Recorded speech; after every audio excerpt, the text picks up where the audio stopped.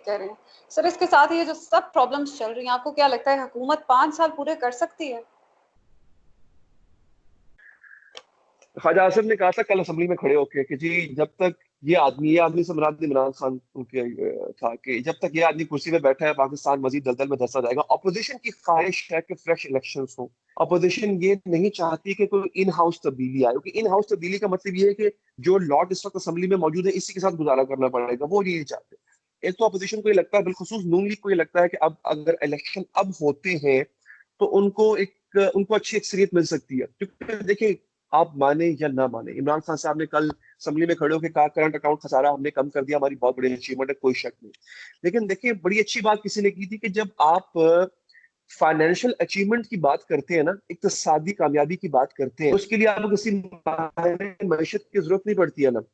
वो डायरेक्ट आपको और मुझे उसका एहसास होगा जब हम बाहर निकलेंगे ना खरीदारी करने के लिए, हमें फौरन पता चल जाएगा कि महंगाई है कि नहीं है। उसके लिए आपको या मुझे माहिर मैशत होने की जरूरत नहीं पड़ती।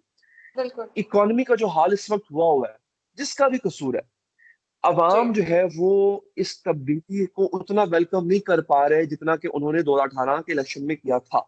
अब थोड़ी मायूसी भी है, थोड़ी घुटन भी है, थोड़ी फ्रस्ट्रेशन भी है अवाम में कि यार बात नहीं बनी, वादा तो कुछ और किया गया था, दावे तो कुछ और किए गए थे। इमरान साहब का मुकाबला देखिए ना नून लीग से ना पीपल्स पार्टी से है। इमरान खान साहब का मुकाबला उनके 2018 से पहले वाले वादों से है। उनके वादे बहुत बिल्कुल बड़े थे, शायद उनको लगता था कि चीजें इतनी मुश्किल नहीं है जितनी अब हो चुकी हैं, इसलिए उन्होंने बड़े दावे कर दिए। मैं उनकी नीयत पर शक नहीं कर रहा हूँ, नीयत उनकी अच्छी थी, अच्छी है। बट इसके लिए उनको थोड़ा सा मैं समझता हूँ कि फिर अपोजिशन को साथ में आना होगा, वरना इनके पास अक्सरियत ना पंजाब में आप देख लें ना इनके पास वफाक में कोई भी मेजर शिफ्ट, कोई भी इतना इतना अगर इतनी अपनी जगह से चीजें अगर हिलती है ना तो इमरान खान साहब के लिए बहुत बड़ी मुश्किल खड़ी कर सकती है। और मैं 5 साल से पहले इलेक्शन भी देख सकता हूँ। अभी तो कोविड की सिचुएशन आ गई है, ये कोरोना की सूरत हाल अगर ना आती ना आनंद, तो फिर फैसला साजों ने, फैसला करने वालों ने, मैं आपको ये बता रहा हूँ, बल्कि खबर दे रहा हूँ कि फैसला साजों ने बहुत कुछ सोच रखा था, उन्होंने सोच रखा था कुछ प्लान। और आपको याद होगा, बल्कि इसी का हिस्सा है कि ये फवाद चौधरी ने कहा था अपने इंटरव्यू में, उन्होंने सुहेल वढ़ाई साहब को दिया कि इमरान खान साहब ने हमें 5.5 महीने का वक्त दिया है। मतलब है जी। इमरान खान साहब को भी किसने 5.5 महीने का वक्त दिया है। ये अब आप समझदार हैं, आपके जो व्यूअर्स हैं, देखने वाले वो समझदार हैं, वो समझ जाएंगे कि ये वक्त किसने दिया है और क्यों दिया। बिल्कुल सही कह रहे हैं, बिल्कुल ठीक कह रहे हैं सर। और ये कुछ मामला भी इस तरह के चल रहे हैं कि रोज खबर भी आती है कि हालात ठीक नहीं है, कुछ चीजें तय हो रही हैं। आप जितना भी डिनाई करें, जब कोई ऐसी अफवाहें फैलती हैं तो उसके पीछे कुछ ना कुछ बैकग्राउंड जरूर होता है। आप बिल्कुल दुरुस्त फरमा रहे हैं सर। इसके साथ मुझे बताइए, कश्मीर का जो मामला है वो वहीं का वहीं खड़ा है। हम यूएन में जाके स्पीचेस कर रहे हैं, सब कुछ कर रहे हैं। अब प्राइम मिनिस्टर साहब कह रहे हैं पॉइंट ऑफ नो रिटर्न पर हम पहुंच चुके हैं। इंडिया तो कभी भी, आपको पता है उसकी आदत है बैक ऑफ करने की, है ही नहीं, वो तो जंग के लिए तैयार बैठा होता है। क्या समझते हैं सर, इस वक्त में हम कश्मीर को लेकर किस तरह चलेंगे, क्या डील करेंगे, कैसे करेंगे? देखिए डील तो तब होती है, लेकिन एक बात तो जब जंगे किसी ने पुराने जमाने में तो होता ये था कि जब निगोशिएशन टेबल पे तब तक फरीकैन नहीं आते जब किसी एक फरीक को अपनी हार का यकीन ना हो। अगर दोनों लड़ रहे हैं ना, अब तो वो इस बात का यकीन है कि वो जीत सकते हैं, उनके पास प्रोबेबिलिटी है, तो वो निगोशिएशन टेबल पर नहीं आएंगे।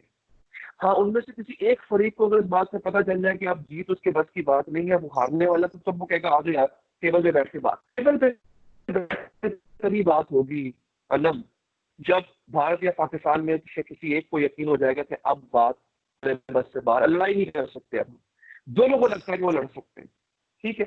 लेकिन प्रॉब्लम यहाँ पर यह है कि अब जो रिजीम भारत में बैठी हुई है ना, उसके बीजेपी का जो सेलिंग पॉइंट है वो है ही पाकिस्तान और कश्मीर। उसके कुछ नहीं है, डिलीवर उसने किया नहीं है।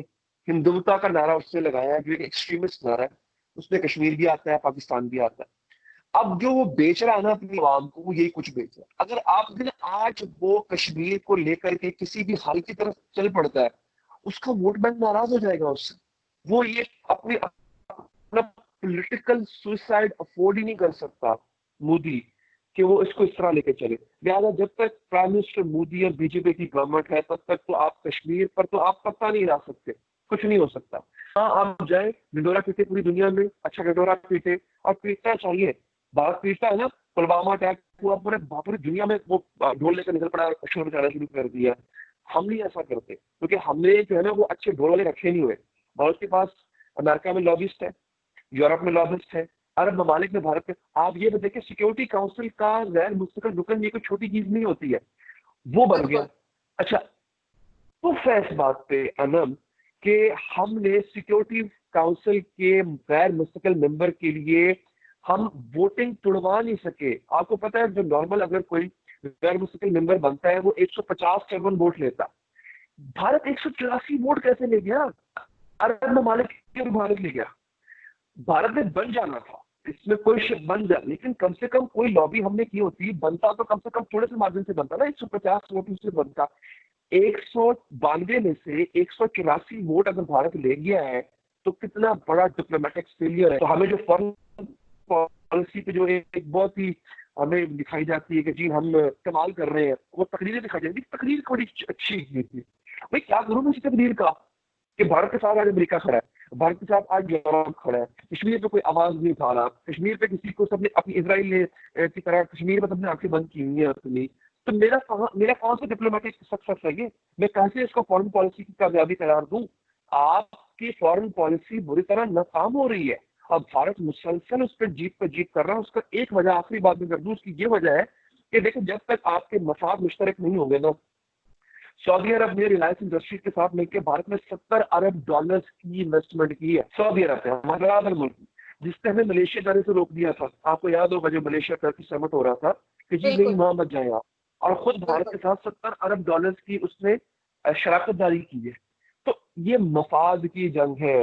जब तक हमारे पाकिस्तान के साथ जब तक लोगों के मफाद, हम ट्रेड में आगे आए, हम एक्सपोर्ट्स में आगे आए, हम तरक्की करें, ताकि उन मुल्कों को हमारी जरूरत हो। ये ना इंटरनेशनल रिलेशन में भाई भाई कुछ नहीं होता ना कि जी हमारा ब्रादर मुल्क है, नो, बकवास है ये सब बातें। म्यूचुअल इंटरेस्ट बिल्कुल होते हैं, आपके इंटरेस्ट मैच करेंगे तो ये लोग आपके इर्द गिर्द मक्खियों की तरह आके खड़े हो जाएंगे, आपका साथ देंगे। आपका उनसे कोई बिल्कुल इंटरेस्ट नहीं है, आप तनहा हैं। बिल्कुल ठीक कह रहे सर। इसको क्या समझते हैं? ये डिप्लोमेटिक फेलियर तो है, साथ में ये हमारे वीक इकोनॉमी की वजह से है, और हमने लॉबिंग शायद एग्जैक्टली, सही नहीं की मुझे आज तक हमारी पॉलिटिकल। एग्जैक्टली हमारी जो लॉबिंग इंटरेस्ट नहीं है ना, अलम हमारी इंटरेस्ट इसमें। कश्मीर का इशू भी अब जाके उठा, इमरान खान साहब की हुकूमत आई, उसमें जब इन्होंने पुलवामा अटैक के बाद पाकिस्तान में अटैक किया, फिर आर्टिकल 370 को उन्होंने एब्रोगेट किया, उसके बाद कश्मीर को दोबारा हमने उठाया, अदरवाइज सोच चुका था ये इशू। दूसरी बात, अगेन आपने बिल्कुल ठीक बात की है, ये इकोनॉमिक इंटरेस्ट जो होते हैं ना, रिलेशन उससे टाइड अप होते हैं। यूएई के इसराइल के साथ इकोनॉमी इंटरेस्ट, आपको पता है टर्की और इसराइल की ट्रेड है। मतलब जी बिल्कुल टर्की वो मुल्क है जिसके जिनके बड़े उनके सदर के बड़े सख्त बयान आते हैं, लेकिन इसराइल के साथ उनकी ट्रेड है। हमने हमने कता अब हमने कता ताल्लुक किया हुआ है इसराइल से। मैं ये नहीं कह रहा कि हम उसको एक्सेप्ट कर लें, वो गलत बहस है, हमारा कोई ताल्लुक नहीं है। अच्छा, लेकिन टर्की के, यूएई के, सऊदी अरब के, सबके पसे पर्दा और बास के जो है वो बिल्कुल अयान जो है वो आपस में ताल्लुकात है। क्यों? पैसा, इकोनॉमी। आप इकोनॉमी। इकोनॉमिकली जब तक स्ट्रांग नहीं होंगे, आपके पास सिर्फ और सिर्फ एक प्लस पॉइंट है, आप कह दीजिए हमारे पास अच्छी फौज है। आपको अगर कोई बंदे चाहिए वो लड़ने लड़ने के लिए मिल सकते हैं। वही होता है जो इलाके का बदमाश होता है, कहता है किधर कोई कब्जा कुब्जा कराना हो तो मैं बंदे काल देगा अपने।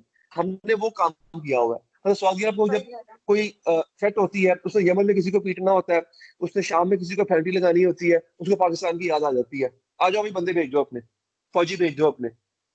तब तक पाकिस्तान बरादर है, लेकिन जब बात पैसे की आती है तो उड़न छू। मतलब आपने रिलायंस इंडस्ट्री का 70 अरब डॉलर्स की आपने इन्वेस्टमेंट की है, और हमारे साथ $20 अरब का वादा किया है आपने।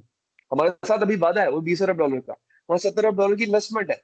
तो भाई ये फिर जी भाईचारा पता नहीं किस किस्म का भाईचारा हमें, हमने जो लॉलीपॉप हमें दुनिया देती है हम वो ले लेते हैं और बैठे रहते हैं। वाह भाई वाह, पाकिस्तान के ये भी भाई है वो भी भाई है। भाई होने का सबूत जो है वो बहुत कम लोग देते हैं। बिल्कुल ठीक कह रहे हैं। बहुत शुक्रिया सर आज आपके टाइम का, और मैं उम्मीद करती हूँ आप आगे भी मुझे जरूर ज्वाइन करेंगे इस तमाम इंशाल्लाह, my discussion. Pleasure, my pleasure, it was wonderful thank you. Talking to you, बहुत शुक्रिया। अल्लाह हाफिज। Thank you. हाँ। अल्लाह हाफिज। क्यों? पैसा, इकोनॉमी।